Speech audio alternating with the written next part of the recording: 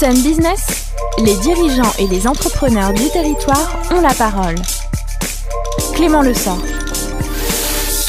7h42, c'est effectivement Clément Lessort qui tend le micro aux entrepreneurs de la région dans Sun Business. Bonjour Clément. Bonjour Guillaume, bonjour à toutes et à tous. Je le disais il y a quelques instants, depuis 15 ans, Niji accompagne la transformation numérique des entreprises, grands comptes et entreprises de taille intermédiaire notamment, issus de nombreux secteurs d'activité à travers 3 métiers rigoureusement complémentaires, du conseil, du design et de la mise en œuvre technologique. On en parle avec mon invité ce matin, ça tombe bien. Il est le PDG et le cofondateur de Niji. Bonjour Hugues Méli. Bonjour Clément. Bonjour et merci d'avoir accepté mon invitation. Hugues Méli, Niji, c'est une société de conseil, de design et de technologie.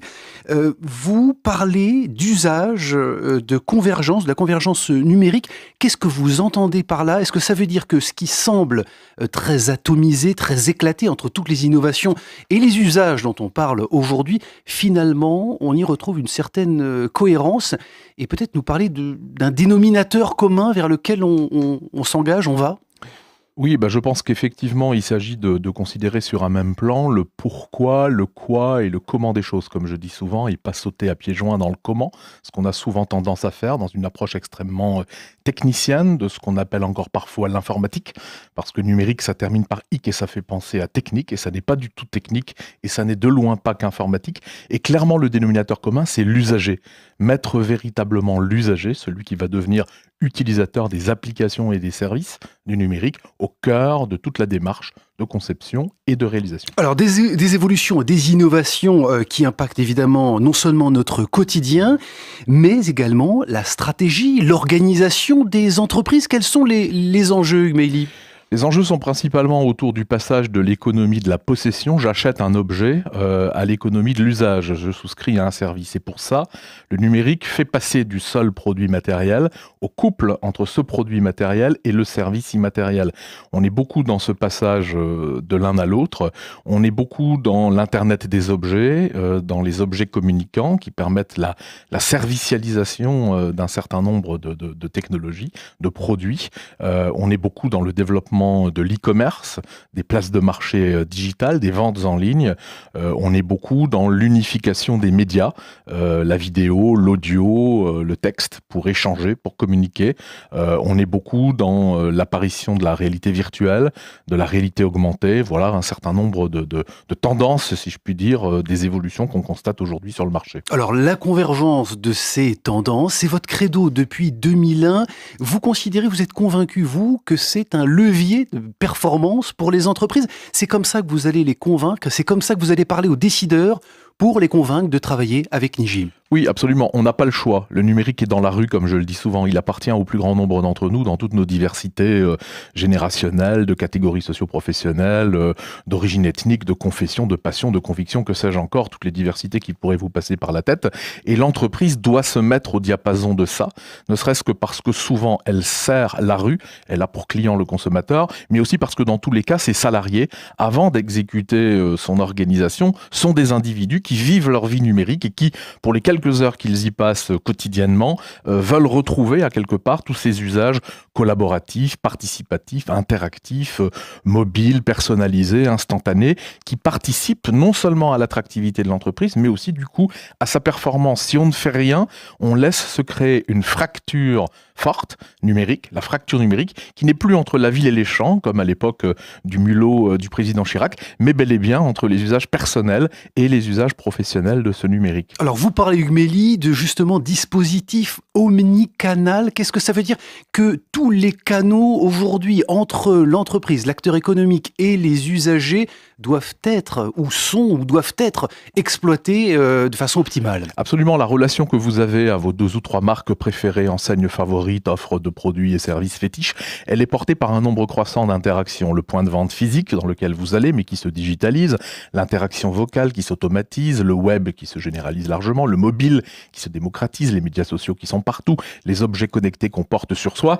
Il faut faire converger tout ça, il faut s'assurer d'offrir à l'usager que vous êtes une expérience client fluide, cohérente, un parcours client, les Anglais parlent de customer journey, de voyage du client à travers tous ces canaux, et le Graal de tout ça, c'est de faire comme s'il n'y en avait qu'un, comme s'il n'y avait virtuellement qu'un seul canal d'interaction qui soit finalement porté par toutes ces interactions technologiques que j'ai pu citer. Alors Hugues Méli, est-ce qu'il y a encore des secteurs d'activité qui peuvent se passer d'investissements conséquents, en tout cas vous nous le direz, profonds dans leur mutation digitale numérique? Non, je ne pense pas. Je pense qu'il y a beaucoup de secteurs d'ailleurs qui jouent à quelque part potentiellement la vie ou la mort face à leur transformation numérique. On est de moins en moins quand même dans cette situation parce que les chefs d'entreprise ont été largement évangélisés, parce que le numérique est un fait de société. On a beaucoup parlé au cours des 3 ou 4 dernières années d'économie digitale, mais il n'existe plus de secteur qui ne soit pas profondément transformé.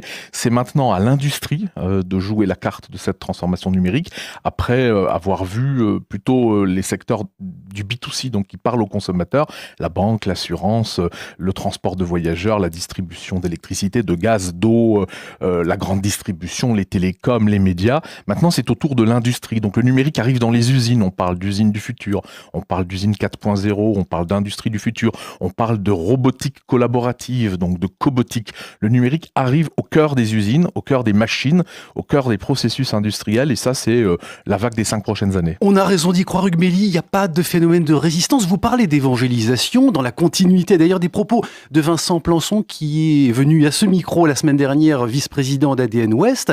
Est-ce qu'il y a encore du prosélytisme à faire? Est-ce qu'il y a encore des chefs d'entreprise à convaincre, notamment dans les PME et les ETI? Oui, je pense que dans les entreprises de taille intermédiaire, de petite et de moyenne taille, il y a encore beaucoup de travail à faire pour rendre tout ça concret. Ces entreprises sont en quête de praticité, elles sont en quête de retour sur l'euro investi. Ce sont souvent des entreprises patrimoniales, à management familial, qui véritablement veulent comprendre ce que ça va leur apporter, veulent comprendre le risque qu'elles prennent à faire et à ne pas faire. Et à cet égard, les questions du dirigeant sont toujours les mêmes. La première, c'est vraiment par quelle bout je le prends, par quoi je commence en matière de transformation numérique. La deuxième question, c'est vraiment à qui je le confie dans mon organisation. Les organisations sont souvent particulièrement ramassées, il n'y a pas nécessairement abondance de compétences pour traiter de ce sujet. Et puis bien sûr, la dernière question fondamentale, c'est comment je le finance, sachant que ça dépasse bien largement le financement des biens matériels, immobiliers, fonciers, logistiques, que ces entreprises sont habituées à faire.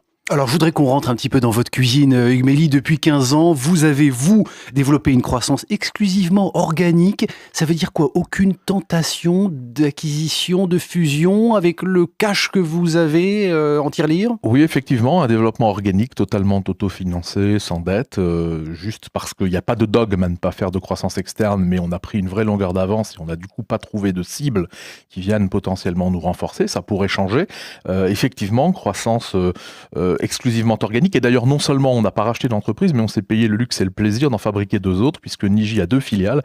Une filiale qui s'appelle Icumbi Solutions, qui est un intégrateur dédié aux offres produits de Salesforce, leader mondial, notamment dans le domaine du CRM, et une autre filiale qui s'appelle Kurmi Software, qui est un éditeur de logiciels dans le domaine des communications unifiées d'entreprise et des services de collaboration. Et tout ça en intrapreneuriat avec évidemment vos collaborateurs. Comment est-ce qu'on fait pour être une entreprise visionnaire et continuer de mener le marché comme vous le faites, à anticiper les tendances quand on connaît la vitesse, la versatilité des environnements dans lesquels vous évoluez, Hugues Méli? Écoutez, comme je le dis souvent, on passe de l'économie de la certitude, je sais, donc je suis, à l'économie du doute, ou disons du questionnement. Je questionne, je doute, j'écoute et donc je vais. Donc véritablement être toutes antennes déployées, écouter les signaux faibles, comprendre les tendances, développer une clientèle extrêmement plurisectorielle. Le numérique est quelque chose de très transverse. Il faut absolument se sourcer des idées qui proviennent de tous les secteurs économiques, parce que les vrais modèles du numérique sont des modèles extrêmement traversants de toutes les verticales économiques dans lesquelles on a classiquement l'habitude de développer nos entreprises. Donc cette transversalité est les clés, de l'écoute, de l'empathie, se remettre en question, ne pas avoir une démarche trop technique. La démarche technique, c'est vraiment l'économie du savoir, de la connaissance. Je détiens l'expertise et donc tout va bien. Maintenant, justement, tout va pas bien parce que pour la première fois dans l'histoire des économies, le numérique échappe aux entreprises. Le numérique est dans la rue. Ne l'oublions pas, il est vraiment entre les mains des individus et c'est donc ces individus dans toute leur diversité qu'il faut savoir écouter. Créativité, innovation, justement, quelles sont, vous, directement, vos sources d'inspiration? Vous levez le nez de l'écran.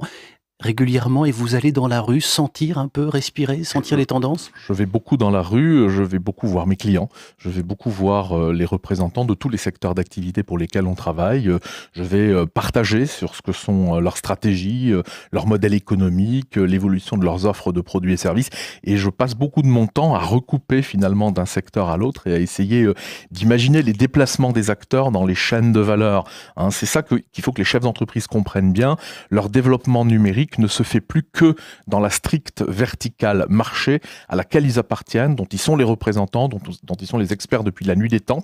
Elle se fait maintenant de façon totalement transversale à tout ça. Bon, Niji est bien, très très bien développé sur le territoire national, dans plusieurs villes, et notamment à Nantes. C'est pour ça qu'on vous reçoit aujourd'hui. Quelles sont les perspectives de développement sur notre territoire et parler bien entendu du recrutement et des profils que vous continuez de rechercher? Eh bien, écoutez, aujourd'hui, Niji à Nantes, c'est une petite quarantaine de personnes auxquelles il faut additionner une grosse vingtaine de personnes de sa filiale Icumbi Solutions dont je parlais tout à l'heure. Les deux entreprises travaillant en très très forte synergie, notamment vis-à-vis des acteurs régionaux, PME, ETI, vous en avez parlé tout à l'heure. On va passer ça à un peu plus de 100 personnes d'ici à la fin de l'année, probablement une grosse vingtaine de personnes en plus sur Niji et la même chose sur Icumbi. On recherche des gens qui incarnent nos valeurs, nos valeurs de bienveillance, de performance, d'audace et de talent. Ce sont les 4 valeurs de Niji. On recherche au-delà du savoir-faire, du savoir-être, et on recherche des gens fondamentalement curieux du numérique, pas seulement sous l'angle technologique, pas seulement des geeks, mais aussi des gens qui ont un tempérament, je dirais presque sociologique, qui savent écouter les usages, observer les gens dans la rue, on en a parlé tout à l'heure, des gens qui viennent plutôt de l'univers du design, des gens qui viennent plutôt d'écoles supérieures de commerce, de management et pas seulement d'écoles d'ingénieurs, et des gens qui sont relativement polyvalents, relativement pluridisciplinaires, parce qu'une fois de plus, notre clientèle au niveau régional, je l'ai dit tout à l'heure, elle est en quête de praticité, elle est en quête de rapidité, d'agilité, de retour sur l'euro investi, et on ne peut pas se permettre d'avoir l'enchaînement des grandes étapes qu'on peut déployer auprès des clients grands comptes à Paris, où on fait d'abord le conseil sur l'idéation, la programmation, ensuite le design sur les interactions, les interfaces et les écrans, et ensuite seulement la mise en œuvre technologique. On est obligé de mélanger beaucoup plus. Il faut voir vraiment Niji comme un checker. À Nantes, Niji est un checker dans lequel on met des consultants, des designers et des technologues, et on secoue très fort et on en sort finalement cette capacité à accompagner de façon très concrète la clientèle de l'idée à la réalité. Et au-delà du savoir-faire, j'insiste beaucoup, le savoir-être. Pour incarner finalement cette diversité de la rue qui perturbe à quelque part nos clients, auxquels nos clients doivent se faire, quoi de mieux pour les accompagner que de l'incarner soi-même? Bon, shaker et soft skill pour terminer cette émission et pour parler de transition numérique et de convergence digitale numérique avec mon invité Hugues Méli. Merci d'avoir été avec nous. J'en profite, Guillaume, comme chaque semaine, pour vous annoncer mon invité de mardi prochain. Il s'agit de Laurent Métral. Il est président, directeur général du groupe CIC Ouest. Excellente semaine à toutes et à tous. Rendez-vous est pris. Bonne semaine, Clément. Le 6-9 de Sun.